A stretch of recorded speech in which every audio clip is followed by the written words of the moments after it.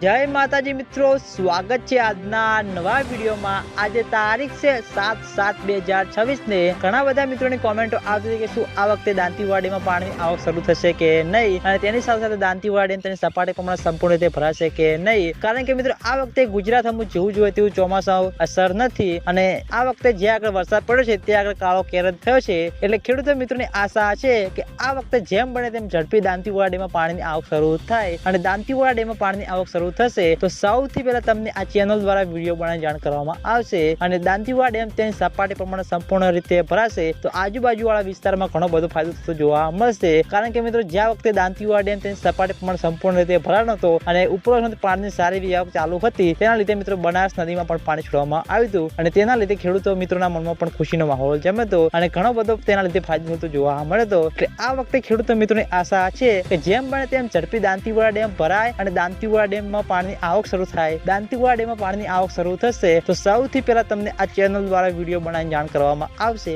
એટલે સૌથી પહેલા તમે બધા અમારી ચેનલ ઉપર નવા હોય તો વિડીયોને લાઈક કરી દેજો, કોમેન્ટ કરી દેજો, અને ચેનલને સબસ્ક્રાઇબ પણ કરી દેજો। તો મિત્રો, જય માતાજી।